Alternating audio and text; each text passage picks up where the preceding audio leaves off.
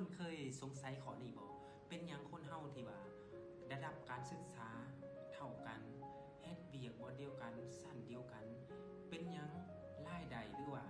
เงินเดือนของแต่ละคนจึงบ่เท่ากันบางคนเงินเดือนสูงบางคนเงินเดือนต่ำโดยที่การศึกษาก็เท่าๆกันเฮ็ดเวียกก็เฮ็ดเวียกสั้นเดียวกันเขาบอกว่าใบประกาศสนิยบัตรของเฮาจะเพิ่มขึ้นทันที 50%ถ้าเฮาฮู้สิ่งนี้สิ่งนั้นก็คือทักษะการเว้าและการสื่อสาร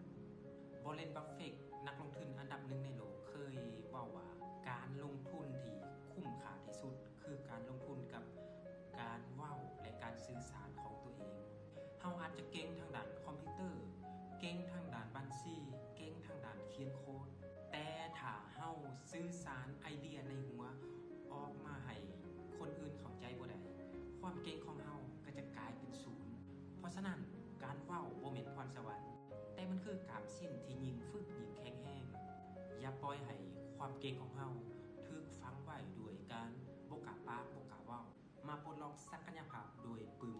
ทักษะการเว้าและการสื่อสารเล่มนี้